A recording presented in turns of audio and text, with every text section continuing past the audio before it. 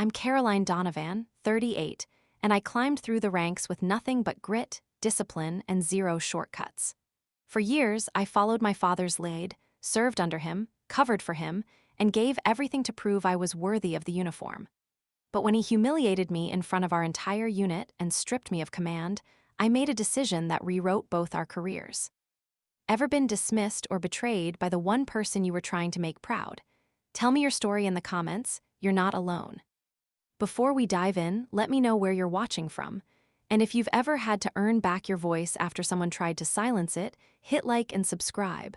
What happened next changed everything.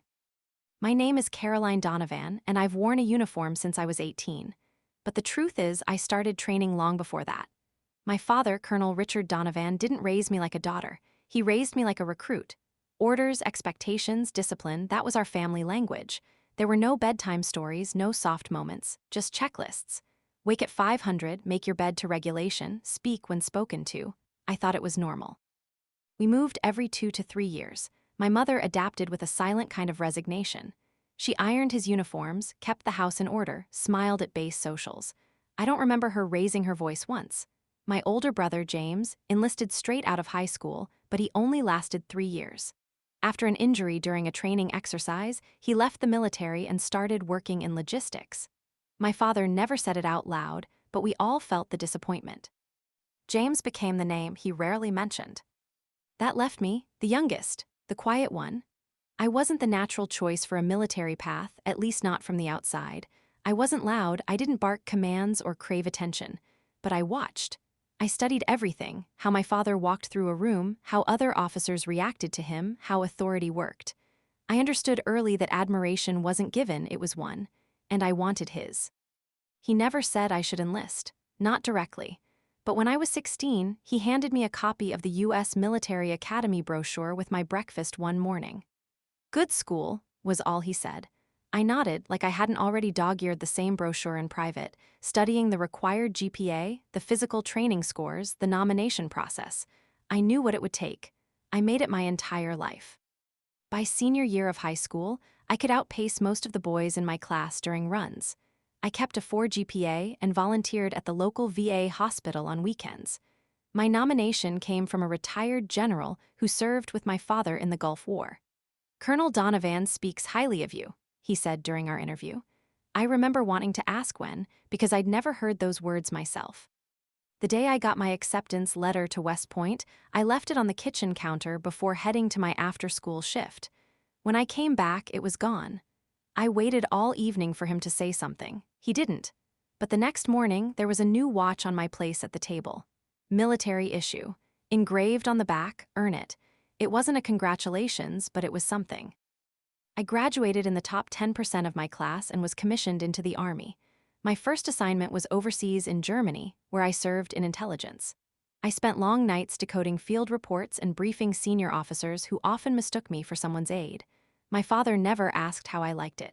He'd only ask about performance, how many commendations, how often I was selected for lead briefings. I gave him stats like a report. It was easier that way. Over the years, I requested the hardest posts. Volatile regions, long rotations, roles no one else wanted. Not because I was fearless, I wasn't, but because I knew my father respected grit above all else. I once volunteered for a night patrol rotation in Kandahar after 2 officers backed out due to threats in the area. When I called home after that deployment, I told him about a logistics decision I'd made that helped protect our convoy. He just said, "You did your job." I should have been used to the coldness by then, but part of me still waited for something more. A simple, "well done," or "I'm proud of you." But those were luxuries, not part of the Donovan vocabulary. When I was assigned to the same base he commanded stateside, I thought maybe we'd connect in a new way. I'd earned the transfer after a commendation for crisis management in Syria. My co had written in his review that I showed quiet leadership under fire. I arrived on base with a sense of earned pride. He greeted me with a nod and a folder of expectations. "You'll be on Bravo team. Lieutenant Myers will show you the rotation." That was it. Still, I adapted. I didn't want special treatment. I just wanted to prove that I was capable, objectively, by the book. I never missed a training session. I revised ops schedules on my own time to improve unit efficiency. Myers eventually started copying my suggestions into his own reports. My father never acknowledged it, but I noticed he stopped editing the team's rotation logs once I started managing them. That was enough.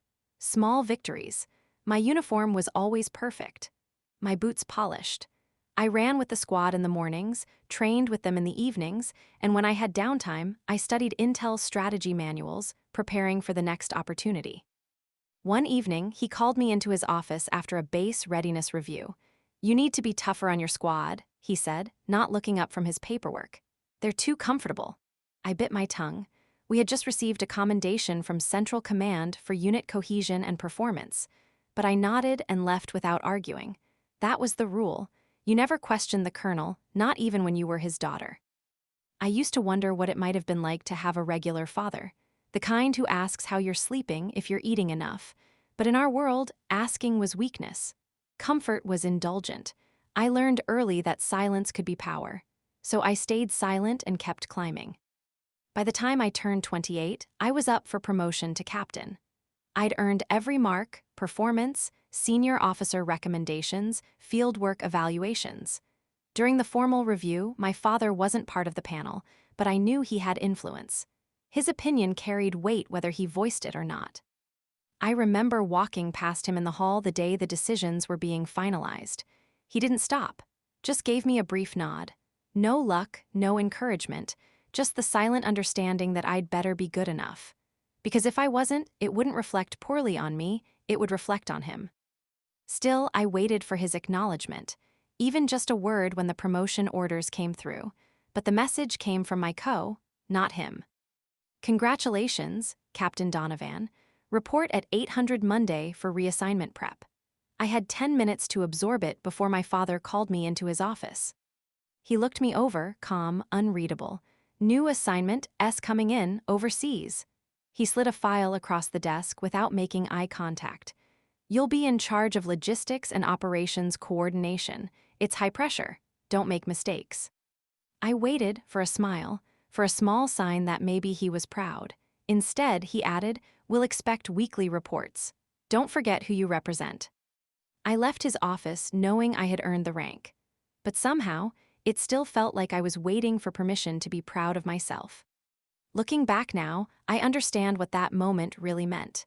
That the only person I ever needed to prove myself to was me. And that realization, it would take years to fully settle in. Years and a betrayal I never saw coming. When I was promoted to lieutenant, I thought it might change something between us. Not everything, just the way he looked at me in a meeting, maybe. A different tone when he said my name. But the only thing that changed was the scrutiny. It started in small ways. During briefings, I'd offer a logistics adjustment or recommend a revised route for upcoming ops, and instead of nodding or even disagreeing respectfully, my father would interrupt mid-sentence. "That's not how it works, Lieutenant," he'd say without looking up. Sometimes it was just a muttered, overthinking it again, followed by him redirecting the discussion. Other times, he'd walk up to the board and rewrite a plan I just outlined, casually correcting it like a teacher adjusting a student's math homework.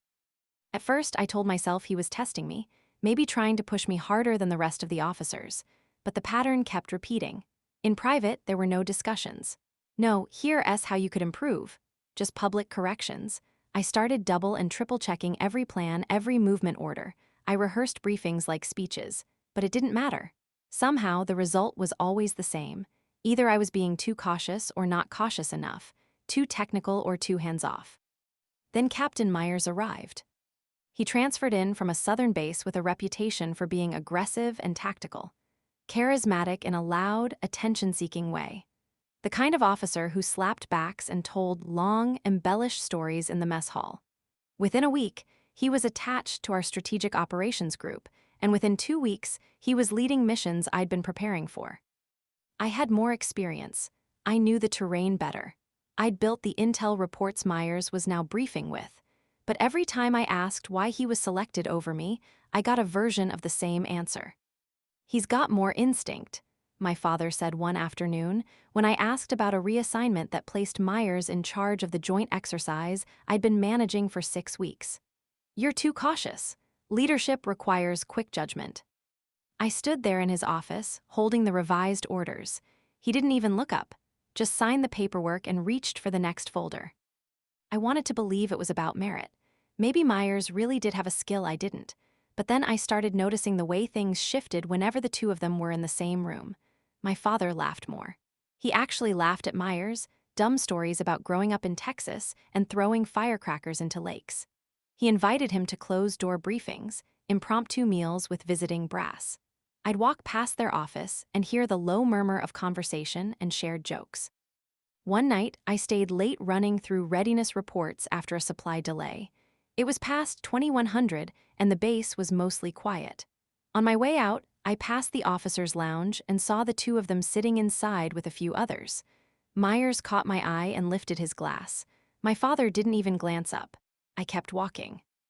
Later that week, a member of my squad came to me with a question about an equipment change that had been implemented without notification. I hadn't heard about it. When I looked into it, I found out Myers had rewritten part of the deployment schedule I was overseeing. When I asked him why, he said, "Just streamlining things. Colonel approved it." I checked the paperwork. My father had initialed the change. I confronted him later that afternoon, asked if we could meet privately. He gave me 10 minutes.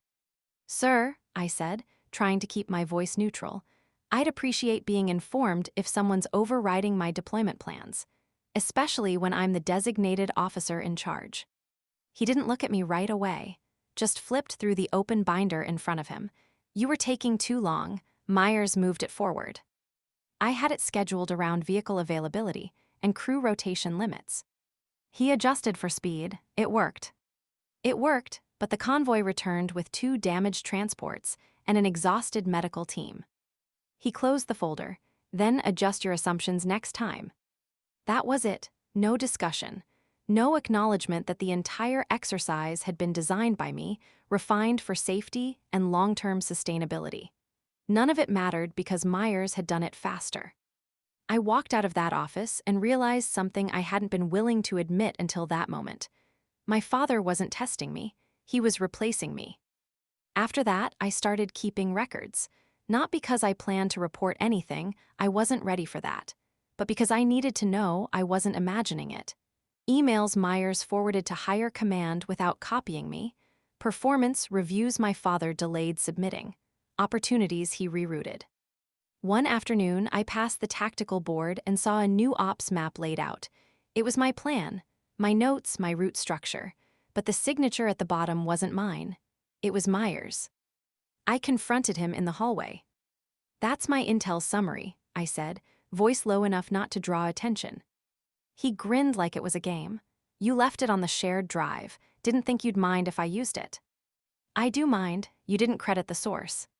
He leaned in. "You want credit or results?" I reported it to my father that evening. He nodded as I spoke, but when I finished, he just said, "You're making this personal." "It is personal," I said. "He's taking credit for my work. He's producing results. That's what matters." I knew then that nothing I said would change the dynamic. Myers was what my father wanted, a mirror of his younger self, loud, confident, decisive in a way that didn't allow room for correction. I wasn't flashy enough, not fast enough. I led with logic. They led with bravado. Still, I didn't quit. I kept my head down, kept producing work I could stand behind. Some of it was used. Some of it was. The higher-ups saw the results, but they never saw who built the foundation, and my father never corrected the record. One night, late again, I was in the comms room verifying response logs. A junior officer walked in, startled to see me. "Didn't think anyone stayed this late except Myers," he said, half joking. I shrugged. Somebody has to make sure the numbers line up. He paused, then added, "People talk, you know, some of us notice. It doesn't sit right with everyone." I didn't ask what he meant. I just nodded and turned back to the screen. I wasn't the only one who saw it, but nobody said anything publicly. Not when the man at the top was untouchable. Not when the person getting pushed aside was just his daughter. Still, I thought maybe it would pass. Maybe Myers would transfer out, or the dynamic would shift. Maybe if I just outperformed everyone consistently enough, the truth would become undeniable. But I was wrong. What happened next wasn't a misunderstanding, or a quiet dismissal. It was a public betrayal, loud, deliberate, and meant to humiliate me in front of everyone. And it worked, for a while. It happened during a joint training exercise in late spring. We were 3 days into a 5-day operation, simulating a humanitarian aid mission under active threat conditions.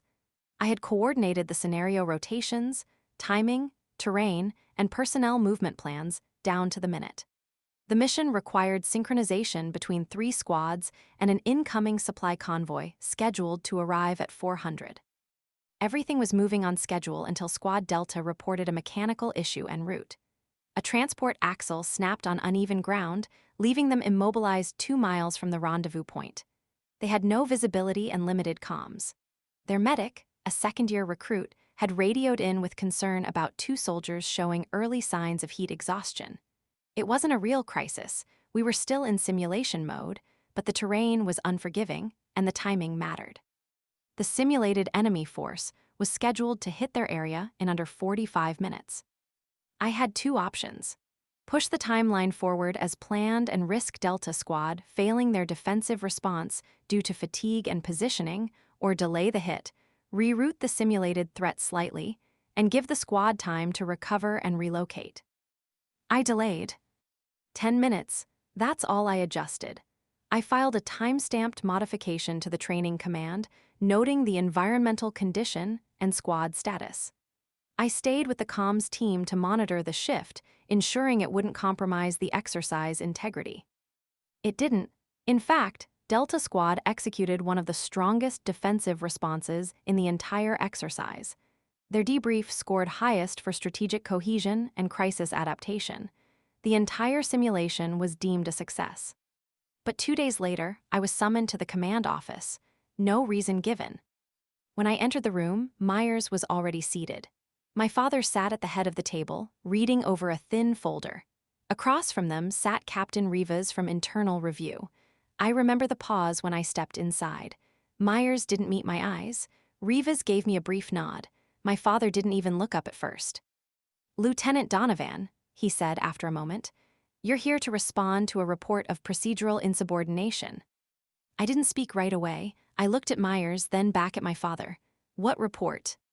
"Captain Myers submitted a formal complaint," Rivas said, "stating that during last week's exercise, you altered the operational timeline without appropriate authorization, compromising mission integrity." "That's not accurate," I said, keeping my voice even. "I submitted the timeline adjustment through the proper channel. I flagged it in the field log." "The adjustment wasn't approved by the exercise commander," Myers said. His tone was calm, almost rehearsed. "Chain of command wasn't followed." I looked back at my father. "You knew about the delay, you saw the report." He said nothing. Rivas continued. "The complaint states that the unauthorized change resulted in skewed assessment data and could have compromised the integrity of the evaluation metrics." "It was a 10-minute delay to prevent injury," I said. "I acted within operational flexibility. The outcome was stronger because of the decision." My father closed the file in front of him. "You broke protocol." "I made a field judgment call," I said. "We're trained to adapt to conditions in real time." "That's not your role," he said. "You were instructed to execute, not modify." I was the designated lead on the coordination team. "You acted outside your scope," he cut in. "This isn't about initiative, this is about discipline." Myers sat back, arms crossed, saying nothing else. Rivas kept flipping through the file. My father looked directly at me then. His expression was unreadable. "I've made the decision to remove you from your current post," he said. There was no warning, no private conversation beforehand. Just those words, delivered in front of 2 witnesses, including the man who had undermined me for months. I stood there unsure what to say. I should have spoken. I should have objected more forcefully. But I didn't. I nodded once because anything more would have betrayed how hard it hit. He slid a packet across the table. "You'll be reassigned to a logistics support unit in Fort Brighton. Departure in 72 hours. Pack accordingly." Fort Brighton, a small base in the northern Midwest, primarily used for cold weather training and off-cycle inventory operations. It was a holding post where officers went to wait out dead ends. I took the folder and left the room. I didn't speak to anyone on the way back to the barracks. I went to my room, sat on the edge of my cot, and read through the reassignment paperwork. There were no appeals listed, just a series of blank boxes labeled acknowledged and understood. I signed them. I didn't tell anyone I was leaving. Not the squad, not my colleagues, not even my closest friend on base, Lieutenant Reyes, who had covered for me countless times during off-cycle rotations. I didn't want the questions. I didn't want to answer them with lies. Instead, I packed in silence. I folded my uniforms carefully, bagged the documents I needed for transfer, took down the small photograph I kept in my locker, my mother and I at my West Point graduation. She passed away 3 years earlier, long before this unraveling started. I wondered what she would have said, whether she would have believed me or asked me what I could have done differently. She was the only person my father ever truly softened around. I left the base the next morning before sunrise. No send-off, no formal debrief, just a quiet ride in a contracted transport van. I watched the buildings shrink behind me in the side mirror until they disappeared completely. I didn't contact anyone for weeks. At Fort Brighton, the days were cold and unremarkable. I was assigned to inventory intake and reporting, counting crates, checking barcodes, logging equipment expiration dates. Most of the officers, there were either new graduates waiting for their first real assignments or senior staff on their way to retirement. No one asked why I was there. I think they assumed I'd requested the post. I didn't correct them. Some nights, I'd walk alone behind the storage hangars just to feel something other than quiet resentment. I kept thinking about that moment in the office, how easily he'd said it. "You bring shame to this uniform." That's what he said when he handed me the folder. Not in anger, just flat, like it was a fact being read off a clipboard. It played in my head like a loop. Shame, a word with no context, no justification, just a stamp across everything I'd worked for. Eventually, word got around. A few messages trickled in.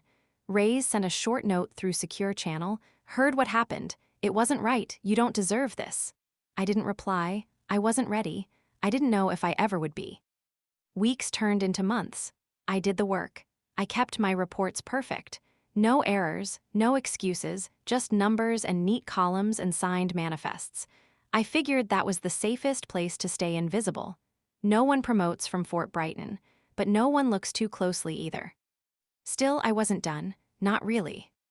Even after everything, part of me still wanted to believe there'd been a reason. That maybe something had gone wrong in the chain, and he had no choice. That maybe he'd call, explain, tell me I wasn't really being discarded. But he never did. Not a word, not even a line in a monthly review. He erased me. And I stayed erased. Until the day they called again, 6 years later, and asked if I was willing to come back. Not to Fort Brighton, not to inventory, but to Central Command. A quiet reassignment, a new rank. And a meeting waiting for me in his old office. Fort Brighton was colder than I expected. Not just the air, though the wind coming off the lake could cut through you like a blade, but the atmosphere inside the base itself. No one asked many questions. Most officers there kept to themselves, focused on their checklists and shift rotations. It was a transient post, a place people passed through rather than belonged to. I arrived with a box of personal items that I never unpacked. The quarters were small and sterile. A bunk, a metal desk, one drawer, I didn't bother decorating. There was no one to visit and nothing to celebrate. My days were repetitive. Morning shift started at 600. Equipment audits, intake processing, supply manifest verifications. Sometimes I'd be assigned to back-to-back shifts if a delivery was delayed or a logistics officer called out sick. I didn't mind. The more I worked, the less time I had to think. I didn't tell anyone what had happened at my last post. Not in full. I let the reassignment paperwork speak for itself, with its vague language about leadership rotation and structural reallocation. Most people didn't care. They had their own reasons for being at Brighton, delayed promotions, stalled careers, disciplinary shadows no one talked about. We existed in a quiet limbo together. Still, people noticed things. I kept to myself. Never joined the rec room for movie nights. Ate alone in the mess most days. During my second month, a staff sergeant named Wren approached me during a gear audit. She was in her early 50s, compact and no-nonsense, with a surgical precision to her clipboard work. "Used to be a trauma nurse," she said without prompting.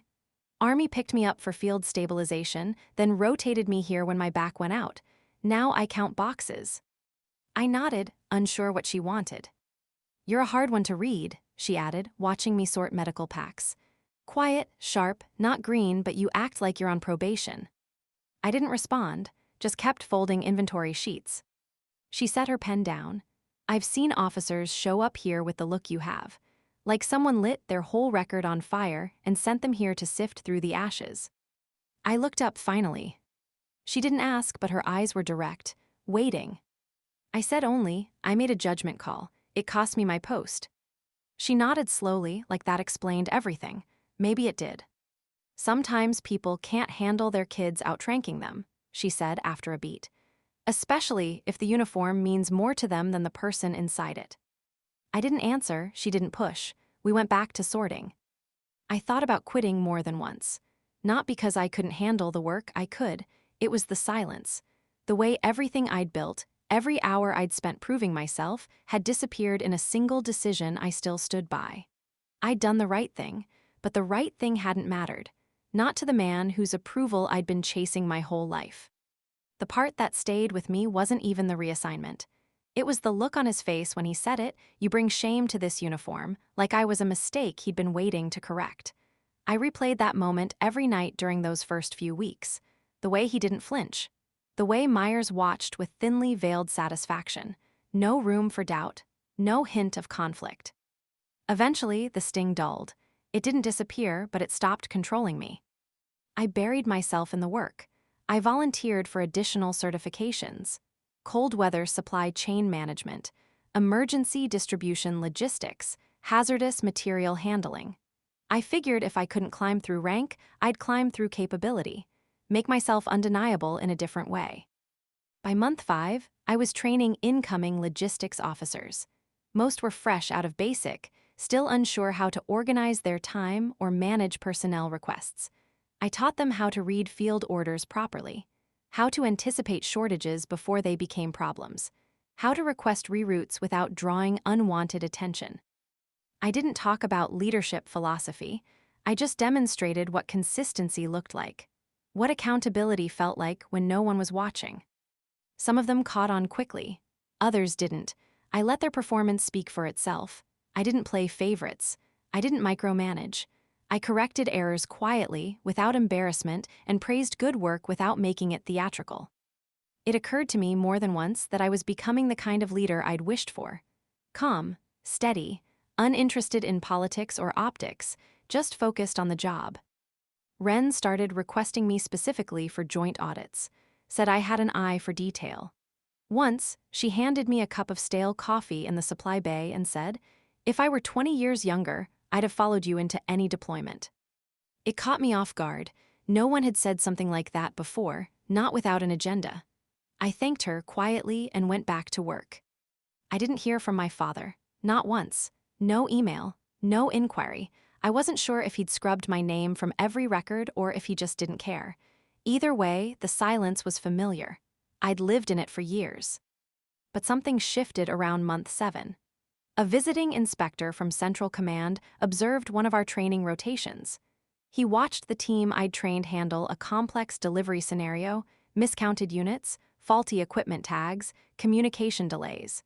They solved it in 15 minutes without escalation. After the debrief, he asked me where I'd transferred from. I told him, his brow furrowed. "You're Donovan's daughter." I nodded. He said nothing for a moment, then, "Didn't expect to see you out here." Neither did I wanted to say. He didn't press, just handed me his card and said, "If you ever want to transition back into central logistics planning, let me know. We've got a few slots opening next quarter." I didn't take it seriously. People say things, especially in passing. But the next month, I got an official email from Central. A position had opened. Advanced Systems Oversight. Temporary, but with potential for permanent placement. I read it twice before responding. My application was processed quietly. No interviews, Just a recommendation sent through internal review and a date, January 3rd. Report to Central Command, Fort Leland. I didn't tell anyone until the orders came through. Wren found out on my last day. She clapped me on the shoulder and said, "You'll be bored over there. Everything's paperwork and meetings." I smiled for the first time in a while. Maybe, but I'm ready. What I didn't expect, what I couldn't have planned for, was the footnote on my official reassignment paperwork. Liaison Officer, Internal Operations Review. Reporting to Command Group Bravo. Office, 3C, Operations HQ, East Wing. That was his office. 6 years after he signed my reassignment papers, I was walking back through those same doors. Only this time, I wasn't looking for approval. I wasn't hoping for a conversation. I was there to do the job. And he was the one who'd have to salute me. I didn't think twice when the invitation came through. Advanced Leadership and Operations Command Training, 3 months at the Defense Leadership Institute, full immersion, no distractions. I packed the same day and left without telling anyone. No emails, no calls. I didn't even mention it to Wren before I left Fort Brighton. She found out after I was already gone. The course was intensive. 15 officers from different branches, all with field experience, all with something to prove. We lived in dorms, wore civilian clothes, and sat through 16-hour days dissecting mission failures, studying cross-branch command models, and building simulations from scratch. There was no rank on our name tags, just last names and assignment codes. It forced everyone to listen harder and talk less. I stayed focused. When the instructors asked for volunteers, I raised my hand. When they gave us group scenarios, I let others take lead first, then built around them. It wasn't about being the loudest. It was about seeing the gaps, filling them quietly, and making the plan hold under pressure. A few weeks in, one of the instructors, Colonel Sharp, pulled me aside after a war game exercise. "You've got clean command instincts," he said. "Calculated but never slow, that's rare." I didn't know how to respond. Praise still felt foreign, like a language I used to speak but had forgotten. I graduated top of my cohort. No ceremony, just a folder, a signature, and a quiet acknowledgement from Sharp. "We'll be watching, the right people already are." I was promoted to major 3 months later. Then again, the following year. Each promotion came quietly. No celebrations, no calls home. My record spoke for itself. Strategic readiness improvements, successful unit transitions, 0 disciplinary issues. Everything they said I lacked when I was reassigned was now listed in bullet points on glowing evaluations. I started working out of regional headquarters, overseeing movement strategies and supply chain integrity. From there, I was rotated into Central's internal operations team, liaising with field units, reviewing command proposals, managing high-stakes transitions. I sat in rooms I used to imagine myself standing outside of. People listened when I spoke. They quoted my notes in planning sessions. And through it all, I never looked back, not at first. Then I saw him. It was a joint command conference in D.C., a mix of active-duty leadership and civilian defense advisors. I wasn't presenting, just attending. My badge was flipped to the back of my blazer. I stood in the back of the hall, half listening to a speaker from Army Public Affairs when I caught sight of him walking toward the exit. He looked the same, a little older around the eyes, maybe. His stride was slower, but the posture hadn't changed. He was wearing full dress blues. His row of ribbons caught the stage light as he passed me. 3 feet away, not a glance. He didn't recognize me. It wasn't just that I was in civilian clothes. It was the way his eyes skimmed the room, only stopping when they saw someone who could offer him something.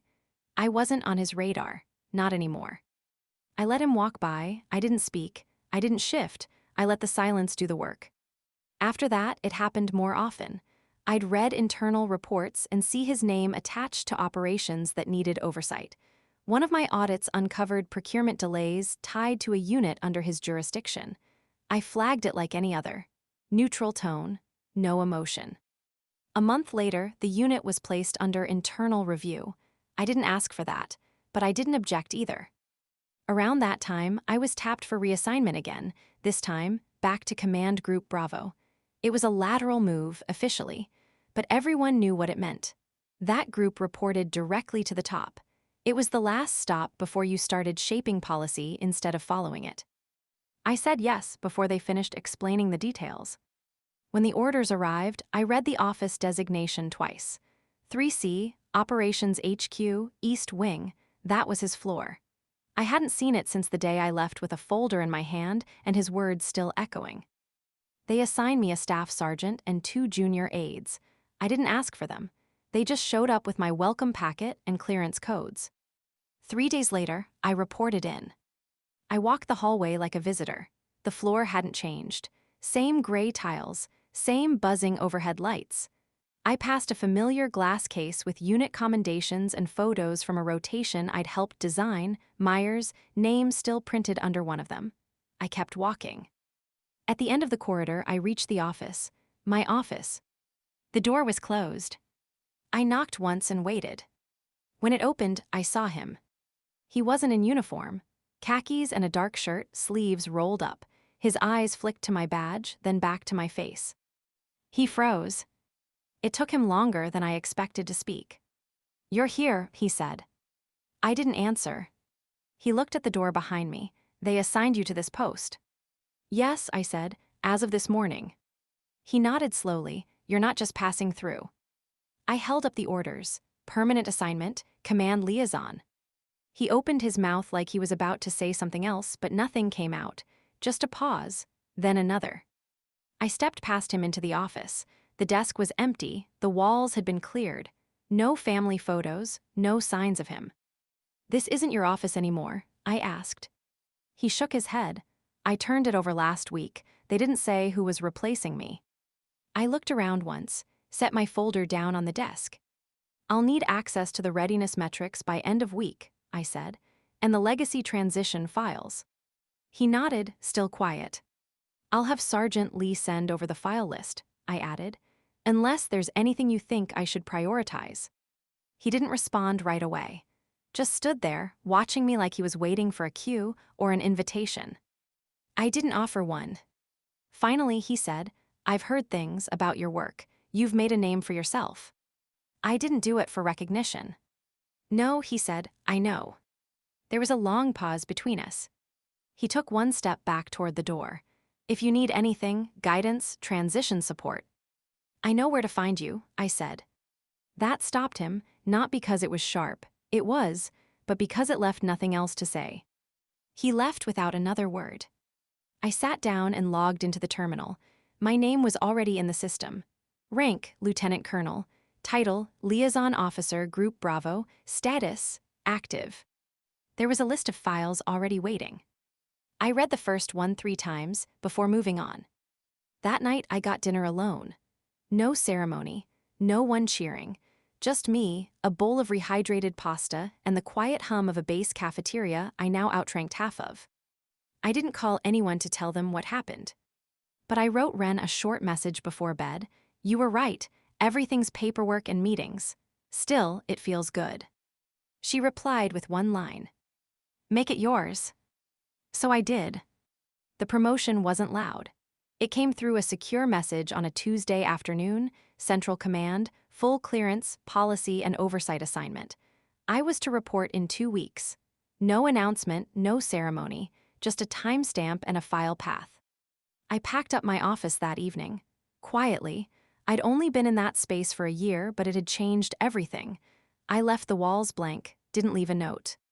My new post was in a different building, 3 floors up. Glass offices, fewer uniforms, more strategy briefings, fewer field memos. I was no longer responsible for what happened in one corner of the machine. I was now tracking how the machine worked at scale. Deployment patterns, personnel structures, budget allocation, promotion boards. I sat in rooms where decisions were made about units I'd once been assigned to. Names I recognized started showing up in spreadsheets. Some had been peers, some had been superiors. And some had been the ones who stood beside my father the day he stripped me of command. They didn't know I remembered. I didn't need to say it. I started overseeing audits. First in logistics, then in structural alignment and operational readiness. It was a slow rotation. Every few months, we'd be assigned a new division to review, dig into their performance records, and prepare an internal report for the Joint Oversight Council. It wasn't personal, not at first. Then Meyer's name showed up.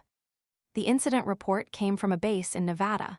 Misuse of training funds, inconsistent documentation, chain of command violations, nothing explosive, just enough to trigger a review. His name was on 3 of the reports. His responses were dismissive, even flippant. In one, he tried to blame a junior officer for what looked like his own approval signature on a misfiled requisition. When I read that, I knew he hadn't changed. The review went forward, he didn't pass. He was removed from post and placed under internal investigation. The file was short, clinical, I didn't add anything to it, I didn't need to, his own actions were enough. A few months later, another name surfaced, my father's. It was subtle at first. A backlog in readiness documentation, inconsistencies between training outcomes and reported evaluations, a few missed response deadlines. Normally, those wouldn't raise flags, but our system had changed. Central Command had implemented a new performance tracking model, and I'd helped design it. I didn't assign the audit team, I didn't even request the location. But when I got the operations report from Command, the destination was clear. His base. The audit wasn't targeted. It was a scheduled assessment. Every major base underwent one every 5 years. It was his turn. That's what I told myself when I saw the orders. Still, I didn't turn it down. My team was composed of 5 officers, 2 from policy, 2 from ops logistics, and me representing the oversight board. We arrived just before 700 on a cold Monday morning. No announcement, no flag ceremony, just a list of files and a schedule. He met us in the main operations building. Full uniform, still formal, still exact. When he saw me step out of the vehicle, he flinched, just a little, then straightened. "Colonel Donovan," he said. I returned the nod. "We'll need access to all personnel performance data and updated facilities compliance reports." He didn't argue, just said this way and led us inside. The next 3 days moved quickly. We reviewed everything: training metrics, evaluation records, resource allocation. We spoke to junior officers, reviewed deployment timelines, sat through command briefings. My father wasn't present for most of it. He let his deputy handle logistics. But I watched, quietly, observing the way people shifted when he entered a room, how they hesitated around questions, how no one wanted to speak too candidly until he was gone. On day 4, the numbers started to tell a story. Training compliance had dropped.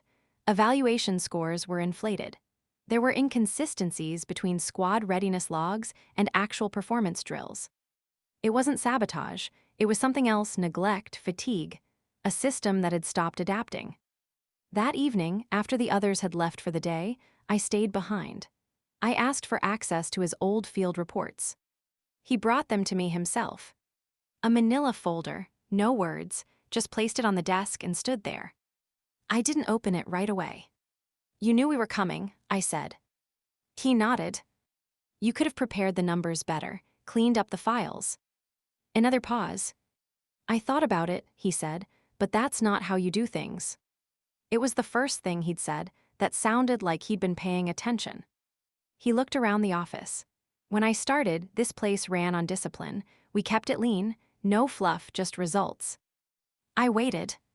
But somewhere along the way, I stopped seeing what wasn't working. I didn't respond. He sat down across from me, hands folded. "They used to listen," he said. "Now I talk and they just nod, wait for me to leave." He said it without bitterness, just clarity. "I read your assessments," he added. "Your work, it's good, clean, focused." I nodded once. That's the job. There was a long silence between us. Then he said, "I didn't handle things right, with you." I kept my eyes on the folder. "I don't expect anything from you now. I just thought you should know that." I let the silence hang. Finally, I said, "You had your reasons, you made your choices." "I did," he said, "and they cost me more than I realized." He stood up. "I'll sign off on the audit summary when you're ready." I nodded. He walked out. That night, I finished the report. I didn't inflate the numbers. I didn't soften the findings. but I didn't add anything unnecessary either. I let the truth stand on its own. 3 months later, his division was restructured. He wasn't reassigned, he wasn't demoted, but he wasn't asked to stay on either. He submitted his retirement paperwork quietly. I saw it come through the system. There was no note attached, just a date and a signature. Meanwhile, I stayed where I was: oversight, policy, strategy. My work didn't make headlines, but it shaped everything below the surface. It kept the structure honest. And this time, no one questioned if I deserved the seat I sat in. I wasn't sure what I expected when I walked into his office for the final review. He'd already submitted his retirement paperwork. The date was set. The paperwork was processed. His access would be revoked by the end of the month. But this meeting wasn't about clearance or files. It was about closure, at least on paper. The room was nearly empty. Most of his personal effects had already been packed. The framed certificates were gone. The old photo of him standing next to a visiting general, taken back when he was still considered a rising star, had been taken down. All that remained was a laptop, a yellow notepad, and a regulation pen beside it. He stood when I entered, slowly. His posture wasn't as rigid as I remembered, but the instinct was still there. Years of habit didn't dissolve overnight. He looked at my uniform, at the insignia. His mouth opened slightly, then shut again. For a long moment, he just stared. "You're back," he said finally. I nodded once. "I am." He gestured toward the chair opposite his desk. I didn't move. Instead, I set the summary report on his desk and said, "Final review package. You'll need to confirm receipt and acknowledge the procedural notice by Friday." He looked at the folder, but didn't open it. He nodded slowly, then leaned back against the edge of the desk. "I've had a lot of time to think," he said. I waited. "You know what it's like," he said. "Pressure, politics. It's not as simple as it looks from the outside." It was strange, hearing him talk like that, like we were equals now. Like I'd caught up to him on some invisible track he thought I'd never reach. I didn't say anything. He went on. "I made decisions I thought were necessary. Some of them didn't hold up. But in the moment, I believed they were the right calls." I looked at him. "You believed that undermining my judgment in front of the entire unit was the right call." His expression didn't change. "I believed the unit needed to see consistency, and you were unpredictable, at least then." I was adapting to the situation on the ground. That's what we're trained to do. "I know that now." I didn't reply. He straightened, pressing his hands to the desk like he needed the support. "Myers was a mistake," he said after a moment. "I backed the wrong kind of leadership. I see that now, too." I wondered how long it had taken him to come to that conclusion. Whether it was the misconduct review, or the audit, or just the realization that someone he once dismissed was now standing in front of him, reviewing his exit paperwork. He seemed smaller than I remembered. Not physically, just less certain, less composed, like he knew the performance had ended and there was no one left to clap. "I didn't call it what it was back then," he said. "You were good, you always were, I just couldn't admit it, not with everyone watching." I let him talk. That was the difference between then and now. He talked and I listened, but I didn't shrink in the silence. I didn't try to prove anything. He looked at me again. "I know I don't have the right to ask for anything, not now." "You're right," I said. There was a beat of hesitation.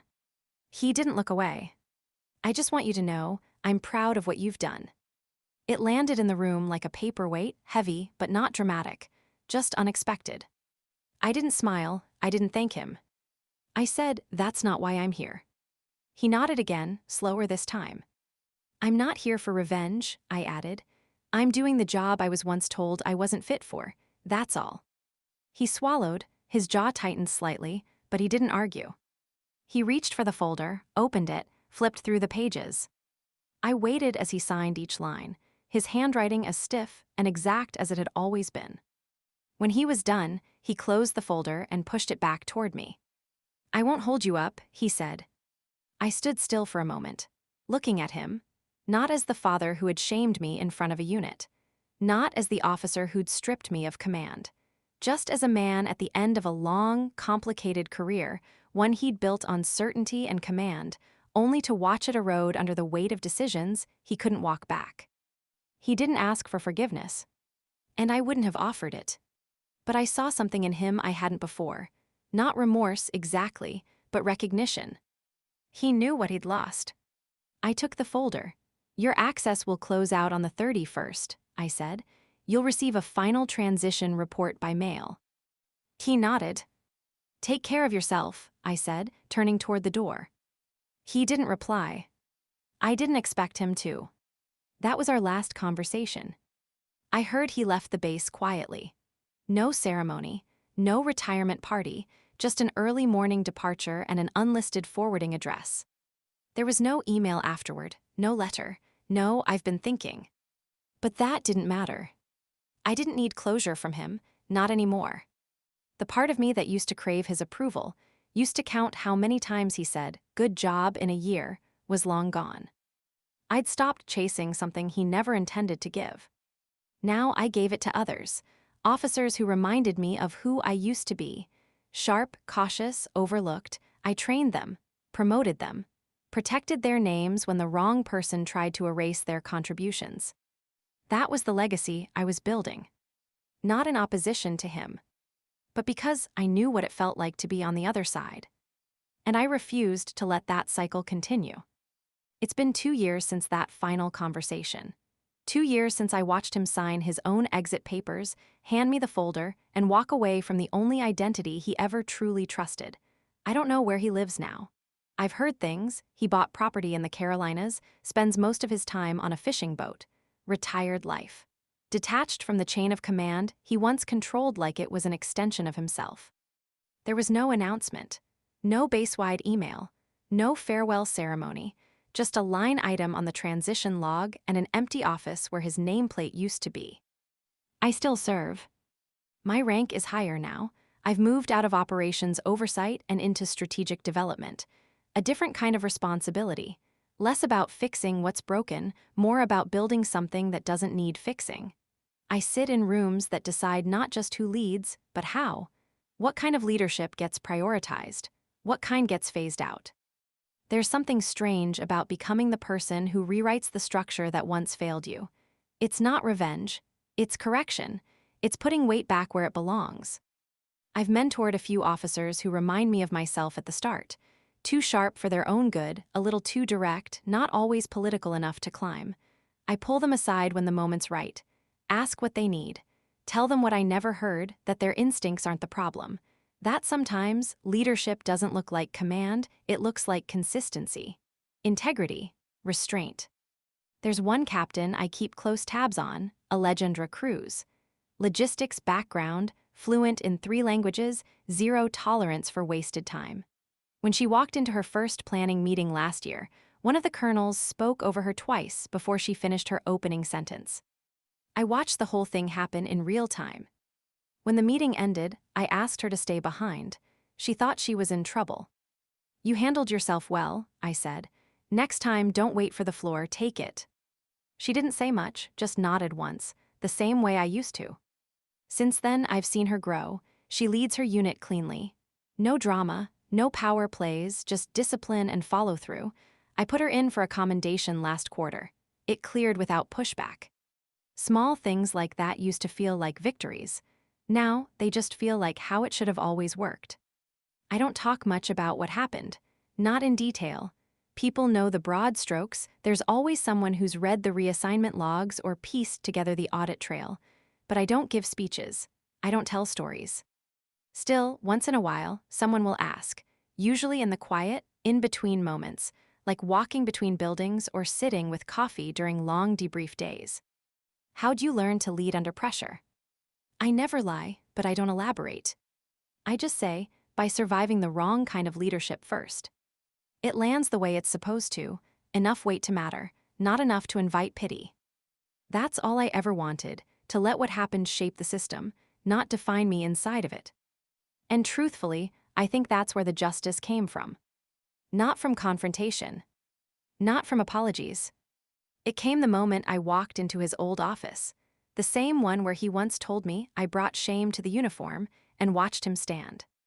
That instinct of his, to rise when a higher-ranking officer enters the room, it was automatic, unthinking, but it was real. And in that second, without saying a word, the entire power dynamic flipped. He stood, and I didn't have to. He looked up, and I didn't need to meet his gaze. I wasn't angry anymore. I wasn't vindicated. I was just done chasing the thing I thought he owed me. He didn't owe me anything. He'd already given me more than he realized. By showing me the cost of brittle leadership, by proving what happens when someone confuses fear for strength, by leaving a trail of silence that I learned to fill with something better.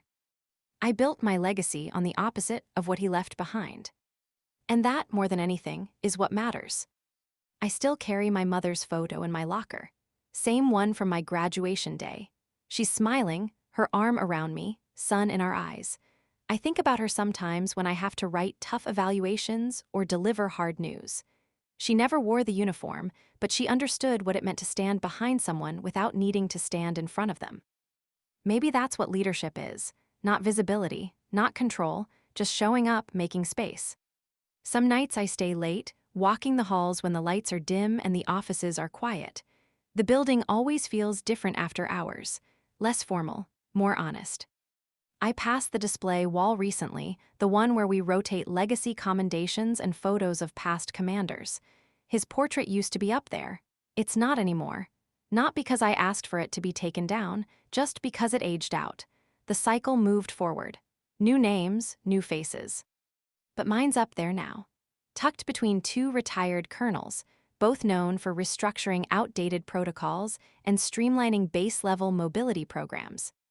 I didn't notice it right away. Someone else pointed it out during a morning briefing.